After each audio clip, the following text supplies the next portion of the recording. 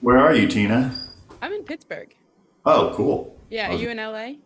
Yes, I'm in Venice Beach right now. And so when Okay. I see like that radiator behind you, I'm like, that's so very foreign to me because I grew up out here. Yeah, I used to live in Los Feliz for a long time. So, Oh, okay. yeah. Okay, cool. So Nice. my first question is kind of how you got into film. I mean, you have a grandfather who's an LAPD detective. Your dad is involved in boxing. How did Yes. you end up in film? Well, the family, even though they were full of police and athletes and stuff, they're all big cinephiles and, huge Godfather fans. I remember like they were the type, like my uncles and my dad would cut up highlights of The Godfather and share them with each other on VHS.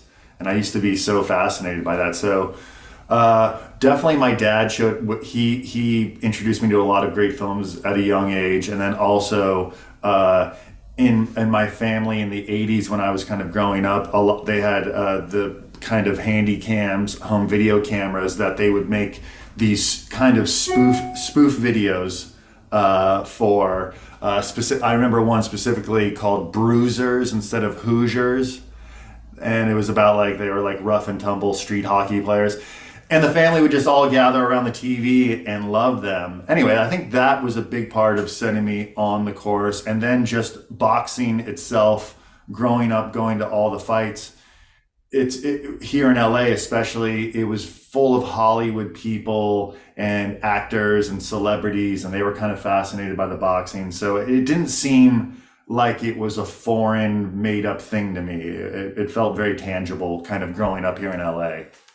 And then the inspiration creatively, I do think it's from wanting to kind of impress my family. Yeah. Drugstore June is your newest film, and the script's a collaboration between you and Esther. So, was the story of our times, is that where you guys first met? And then what made you guys interested in collaborating for this feature? We met before that actually. I met her all the way back in like 2012 maybe is I think maybe when we first met. I had seen her on a podcast with the late great Brody Stevens called Brode and Esther, and I just thought she was so funny and fascinating and captivating and kind of mesmerizing. It was just so funny to watch her play off of Brody, who was very bombastic, and she just had this very soft delivery that it was soothing but and funny. And I made a call to my manager about her, and it just as it happened at that time, we were both represented by the same person, Lee Kernis, who then we went out for a burger meeting at the I think now defunct Counter Burger here in Los Angeles, and we became friends, and then we had actually collaborated officially on a few other Comedy Central projects before the story of our times, but that was certainly a really fun one that we had a great time doing. And Drugstore, after we started working together as well as being friends, and her profile kept getting bigger, it was, I think, just a natural thing that at first we wanted to do a television show for her, but then she got her own show with Benji. So then we kind of went, oh, all right, well, maybe we'll write a movie.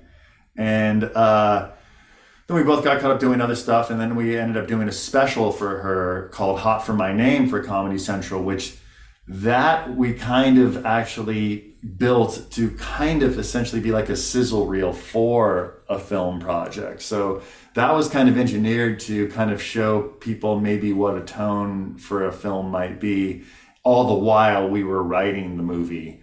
I think when we first really started talking about it seriously, it was like 2018 or 2017 maybe, when we first started talking about writing this. So it's been a journey. Wow. So what about her character in the movie is kind of an aspiring influencer? Is influencer culture something that has intrigued the both of you? Like, how did you get to this kind of wacky detective story? Well,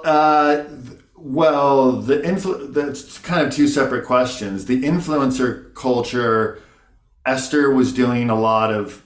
She's been obviously really good at that. She's been, that's part of her. I mean, again, I found her on a podcast on the internet, and so she's always been kind of at I don't want to say the cutting edge. That's not the, you never apply that phrase to Esther, and she would freely admit that.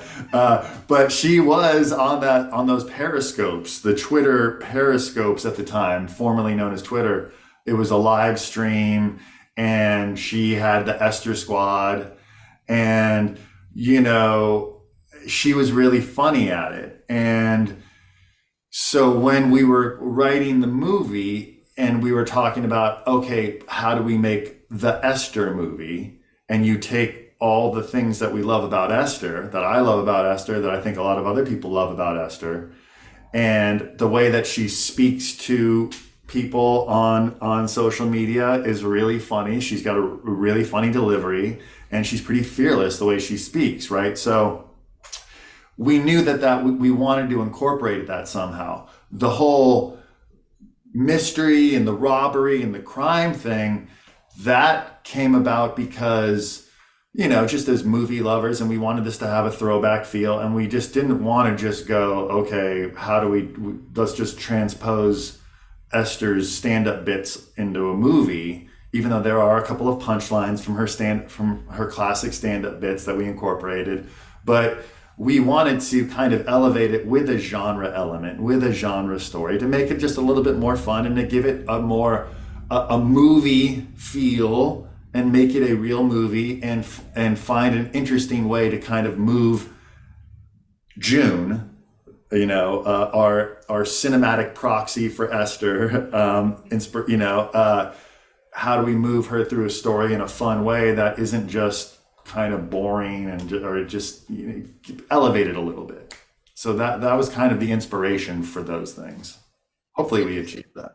Yeah, I was gonna say definitely achieved all of that. I'm familiar with Esther from Crazy Ex-Girlfriend, so I haven't seen the stand-up yet, but Oh yeah, check out Hot for My Name. It came out on Comedy Central. You can get it now on Paramount oh, nice. Plus, and you'll see a lot of the themes from Drugstore June, specifically with the parents, the dynamic with the mom and dad, because that was the other thing. Is I think when we were starting to write the script, it was kind of just, oh, okay, we thought that it would be really funny to have Esther behind a counter doing customer service, and where have we not seen that? Maybe a pharmacy. And so we thought about that, and then we were thinking about the crime, but then we went and did this special, and I was kind of embedded into Esther's hometown with her mom and dad in Skokie, Illinois.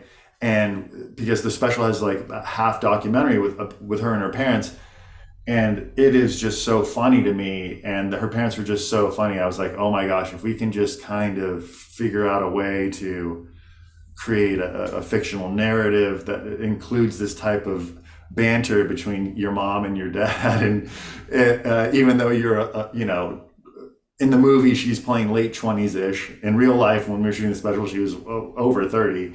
So it's just that was all part of the the ingredients of the dish that is Drugstore June. And I will say this dynamics very much reminded me of my sister and I. They were pitch perfect. Who reminded you of your sister? The siblings, her brother, Oh, her and great. her brother, Oh, they're good, bickering. good, good. Yeah. Yes. Esther in real life is an only child, but Oh, really? I have three sisters, so I kind of, I brought some of my own history to that. So I'm glad we connected there. Yes. So my last question, you kind of mentioned that you were going for this timeless feel, and even though it's very present, current day, because of the influences and the technology, there was this kind of timelessness feeling that I also felt from like the furniture and the synth score that felt like 80s, but then it also felt like a 90s teen movie. So I was wondering if you could talk a little bit more about like how you kind of brought that timeless feeling to the production design, to your song choices, to the film itself. Yeah, you definitely noticed a lot of stuff there. Well, I think it is a variety of things that kind of give it that feel. I mean, everything from the lighting and the photography, but certainly things like the music might stick out as more overtly 80s or something, which that's certainly intentional. Even though none of that is actual retro score, that it's all brand new and new artists putting out new releases. It just so happens to have a throwback feel, but it is actually all new music, whether from our composer Alex Garangas or somebody like Ian Boddy or Amir Yagmai from The Voids and his solo record. But yeah, I mean, we were inspired by everything from, I mean, Ferris Bueller was a big influence, Adventures in Babysitting. I do think that The Big Lebowski, certainly, Clerks was another one. I do think, even though there is a lot of phone byplay with her, with June and the phone, you might notice that we only show the phone screen one time in the entire film. And it's when she's writing the list of suspects. And that's only because it was for a very specific joke that we thought it was worth it, because we thought, you know, you had to kind of, because she's not talking out loud, she's by herself just writing a list. So you had to see the phone. Every other time, you're actually just seeing it from what we kind of walk around seeing people do all the time nowadays, which is just holding their phone up at this awkward angle, talking to it, ignoring the world around them. And, you know, a lot of movies these days feel they need to put up screens and text messages and graphics and stuff. And it was a very deliberate choice not to do that. And just the thought was, people are looking at their phone screens all day long already. Why make them do that again in a movie, you know, unless for a very, very, very good reason. And we thought, like, by her narrating to the phone, you don't really have to see it. And I think that had we cut to the phone a lot more, you might not be saying the same thing. I'm hoping that's the case, because then that would prove my little theory right. But I also do think it's about the music and it's about the way we shot it and the kind of just overall feel, and trying to just not drop too many references that are only of the moment, you know. We assume TikTok's going to be around for a while. John Wick is a huge franchise, so I think those will stick around in the consciousness for a while, so it doesn't date us too quickly. Yeah. Well, thank you very much. This was great, and I love the film. I'm thrilled for your theatrical run. Thank you so much. Yeah, hopefully we're going to be out there in Pennsylvania. Hopefully we can announce some theaters soon. But Yeah. appreciate you saying that. Yeah. Thank you for your I would time. love to see it on the big screen. Yeah, it does play well. I have been able to see it, not really with a crowd yet. I'm very excited about doing that, but we think it plays well on the big screen, and we kind of always hoped it would be. So we shot it thinking that way. So hopefully you get to see that too, because we think it plays well. Thank you. Thank you.